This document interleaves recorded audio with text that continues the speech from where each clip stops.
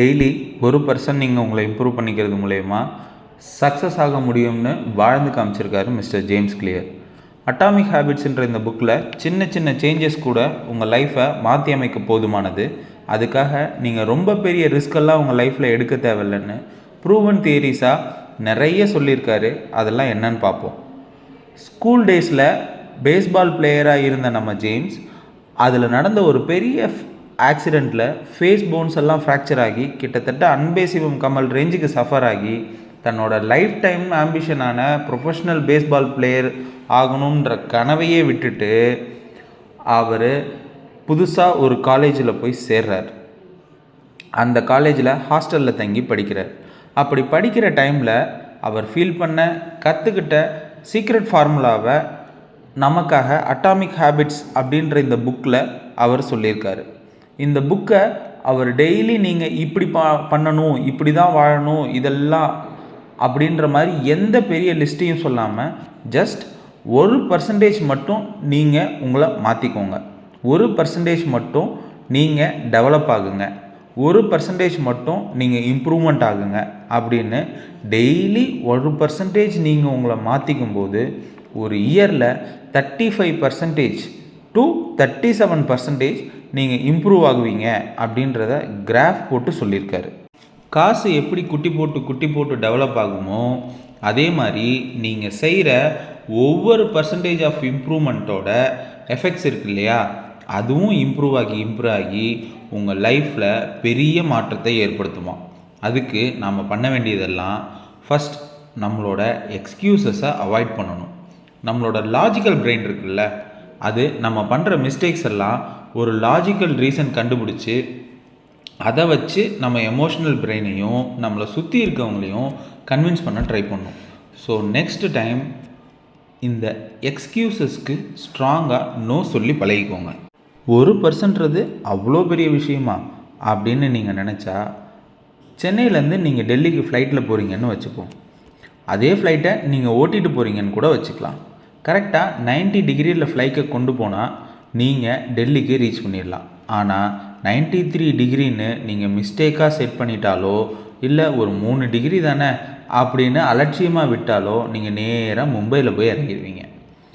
ஏரில் Teynampet to Devi theatre சிக்னல்னால் அந்த 3 degree ஓகேவாக இருக்கும்.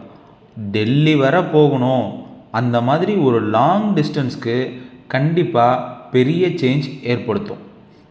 சேம் as நீங்கள் ஒவ்வொரு தடவையும் சொல்கிற எக்ஸ்கியூஸ் லாங் டேர்மில் பண்ணிகிட்டே இருந்தீங்கன்னா உங்களோட லைஃப்பில் அது உங்களை ஒரு மோசமான இடத்துல கொண்டு போய் நிறுத்திடும். இல்லைன்னா நீங்கள் எதிர்பார்க்காத ஒரு இடத்துல கொண்டு போய் உங்களை விட்டு நீங்கள் அந்த இடத்துலேருந்து உங்கள் லைஃப்பை ரீஸ்டார்ட் பண்ணுற மாதிரி ஆகிரும்.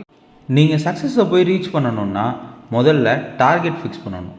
அதுக்கப்புறமா அந்த டார்கெட்டுக்கு ஏற்ற ஆக்ஷன் பிளான் இருக்கு இல்லையா, அதாவது நம்ம டெய்லி என்னென்ன பண்ணணும், இதெல்லாம் ரெகுலராக இந்த டைம் வரைக்கும் இத்தனை நாள் இத்தனை டைம் இதெல்லாம் பண்ணணுன்ற அந்த ஆக்ஷன் பிளானை கான்சென்ட்ரேட் பண்ணி ஒர்க் அவுட் பண்ணணும்.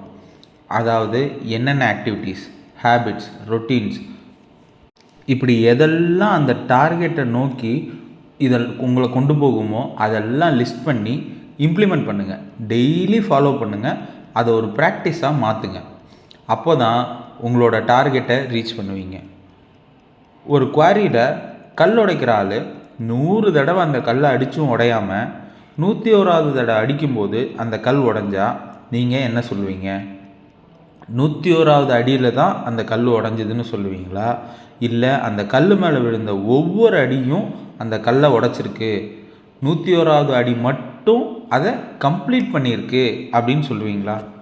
அடுத்ததாக இந்த புக்கில் அவர் முக்கியமாக சொல்ல வர்றது என்னென்னா, ஒரு ஹேபிட்டை டெவலப் பண்ணி ஃபாலோ பண்ணும்போது நீங்கள் ஸ்ட்ரக் ஆகி நிற்கிறதுக்கு நிறைய வாய்ப்பு இருக்குது. அதனால் நிறைய பேர் அங்கேயே ஃப்ரஸ்ட்ரேஷனில் அவங்க கோலை விட்டுருவாங்க. ஃபார் எக்ஸாம்பிள், 3 மாதமாக நான் ஒர்க் அவுட் பண்ணுறேன், டயட் மெயின்டைன் பண்ணுறேன், ஆனால் எந்த சேஞ்சும் என் பாடியில் வரல அப்படின்னு நீங்கள் ஃப்ரஸ்ட்ரேட் ஆகி நீங்கள் அந்த ஹேபிட்டை விட்டிங்கன்னா உங்களோட இன்னர் பாடியில் சில சேஞ்சஸ் நடந்திருக்கும். அந்த சேஞ்சஸை ஆல்ரெடி நம்ம பிரெயின் ஒரு பேட்டர்ன் பண்ணி வச்சுருக்கோம் இல்லையா, அந்த பேட்டர்னோட ஒப்பிட்டு 2 பேத்துக்குள்ளேயும் நடக்கிற ஃபைட் மூலயமா இதில் நம்ம ஃபாலோ பண்ணுற ஹேபிட் ஜெயிச்சு அது வெளியில் வர்றதுக்கு டைம் எடுக்கும். நீங்கள் பண்ண வேண்டியதெல்லாம் ரிசல்ட் வர வரைக்கும் உங்கள் ஹேபிட்ஸை விடவே கூடாது. இப்படி நம்ம டெவலப் பண்ணுற ஹேபிட்ஸில் நம்ம யூஸ்வலாக ஃபேஸ் பண்ணுற அல்லது ஃபோக்கஸ் பண்ண வேண்டிய 4 மேஜர், இதை மிஸ்டேக்ஸ்னு சொல்லலாம், இல்லை டிஃபிகல்ட்டின்னு சொல்லலாம். எந்த சட்டம் சிறந்த சட்டமோ நீங்களே எடுத்துக்கோங்க. Problem number 1, உள்ளுவதெல்லாம் உயர்வுள்ளல். எப்போவுமே பெருசாக யோசிக்கணும், அப்போ தான் லைஃப்பில் முன்னேற முடியும். இப்படிலாம் நிறைய பெரிய மனுஷங்க சொல்லிக்கிட்டே இருக்காங்க. இங்கே வின்னர்ஸும் லூசர்ஸும் ஒரே டார்கெட் தான் ஃபிக்ஸ் பண்ணுறாங்க. ஆனால் ஒருத்தர் வின் பண்ணுறாரு, ஒருத்தர் தோற்று போயிடுறாரு. இப்படி இருக்கிறப்போ ஃபிக்ஸ் பண்ணுற டார்கெட்டில் பிரச்சனை இல்லை, அதுக்காக நம்ம போட்ட எஃபர்ட்ஸ், அது எக்ஸ்கியூஸ் இல்லாமல் நம்ம டிசிப்ளினாக ஃபாலோ பண்ண ப்ராக்டிஸ் பண்ண ஒரு ஹேபிட் இருக்குது இல்லையா, அதில் தான் சக்ஸஸ் இருக்குது. அந்த ஹேபிட்ஸ் பிளான் இருக்குல்ல, அந்த பிளான் ஏற்படுத்தின சின்ன சின்ன இம்ப்ரூவ்மெண்ட்ஸ், சின்ன சின்ன கரெக்ஷன்ஸ், இதிலேருந்து தான் அந்த சக்ஸஸ்ன்றது வெளியில் வந்திருக்கும். ஒரு ஸ்போர்ட்ஸ் பர்சனுக்கு ஒரு ஸ்போர்ட்ஸ் சம்மந்தமாக என்னென்ன ஆக்டிவிட்டீஸ் எல்லாம் இம்பார்ட்டண்ட்டோ அதுக்கு ஈக்குவலாக தூக்கன்றது ரொம்ப முக்கியம். ஸோ ஒரு நல்ல பெட் வாங்கிறது, நல்ல தலகாணி வாங்கிறது, இது எல்லாமே சேர்ந்து தான் அந்த சக்ஸஸை டிசைட் பண்ணும்.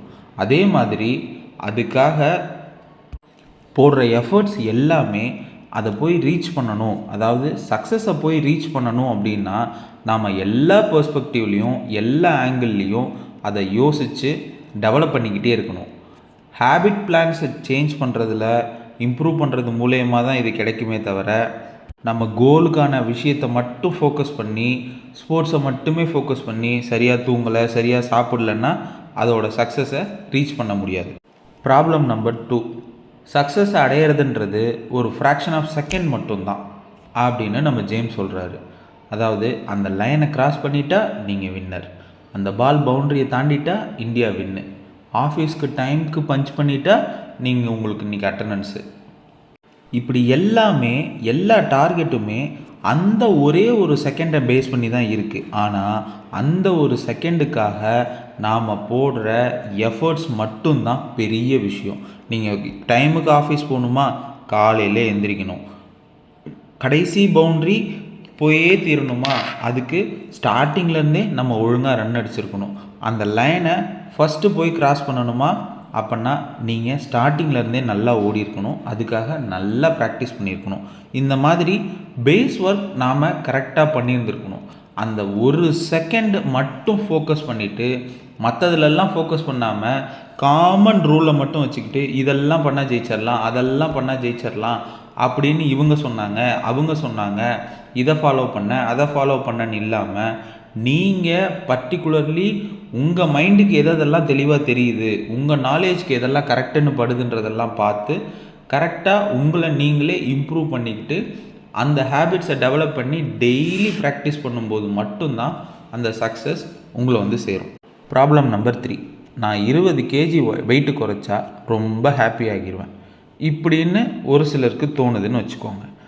இப்போது 20 kg வெயிட் குறைக்கணும், அதுதான் உங்களோட ஹாப்பினஸ் அப்படின்னு நீங்கள் டார்கெட் ஃபிக்ஸ் பண்ணிட்டீங்க. சப்போஸ் அந்த 20 kg நீங்கள் அச்சீவ் பண்ணோன்னே உங்களுக்கு ஒரு டோபமைன் ஹிட் கிடைக்கும். அந்த ஹிட் குறைய இதனால் நல்ல ப்ராக்டிஸ் பண்ணாத அலட்சியம் வந்துடலாம். அதுதான் வெயிட்டை குறைச்சாச்சு இல்லை, இன்றைக்கி ஒரு நாள் லேட்டாக எழுந்திரிக்கலாம், தப்பில்லை. இன்றைக்கி ஒரு நாள் சமோசா சாப்பிட்றதுனால எதுவும் குறைஞ்சி போயிடாது. இன்றைக்கி ஃப்ரெண்ட்ஸோட அவுட்டிங் இருக்குது, ஒரு நாள் சாப்பிட்றதுல ஒன்றும் பிரச்சனை இல்லை, நாளைக்கு போய் ஹெவியாக ஒர்க் அவுட் போட்டால் எல்லாமே சரியாயிடும் அப்படின்னு சொல்லி எல்லாமே கொஞ்சம் கொஞ்சமாக ஸ்பாயில் ஆகிடும். எப்படி ஒரு ஹேபிட்டை கொஞ்சம் கொஞ்சமாக பில்ட் பண்ணி நம்ம முன்னுக்கு கொண்டு வரோமோ, அதே மாதிரி அந்த ஹேபிட் நம்மளை விட்டு போகிறதும் கொஞ்சம் கொஞ்சமாக நமக்கே தெரியாமல் நடக்கும். ஸோ நீங்கள் டார்கெட் ஃபிக்ஸ் பண்ணும்போதே லைஃப்பில் இதுக்கு மேலே நான் ஜங்க் ஃபுட் சாப்பிட மாட்டேன், டெய்லியும் காலையில் எழுந்திரிச்சு யோகா பண்ணுவேன், ஒர்க் அவுட் பண்ணுவேன், நைட்டு படுக்க போகிறதுக்கு முன்னாடி ப்ரஷ் பண்ணிவிட்டு தான் படுப்பேன், பக்கத்து கடைக்கு போகிறதுக்கு கூட நடந்து தான் போவேன், இல்லை கொஞ்சம் தூரமாக இருந்தால் சைக்கிள்லையாவது போயிட்டு வந்துடுவேன், ஆனால் பைக் எடுக்க மாட்டேன். இப்படி லைஃப் ஸ்டைலை பேஸ் பண்ணி நீங்கள் உங்கள் டார்கெட்டை ஃபிக்ஸ் பண்ணும்போது டெய்லி உங்களுக்கு டோபமைன் ஹிட் கிடைக்கும். அதே நேரம் நீங்கள் செல்ஃப் மோட்டிவேட்டடாக செல்ஃப் சாட்டிஸ்ஃபைடான ஒரு லைஃப்பில் இருப்பீங்க. இதனால் உங்கள் ஹாப்பினஸ்ன்றது ஒரு சஸ்டெயினபிள் ஸ்டேஜில் இருந்துக்கிட்டே இருக்கும்.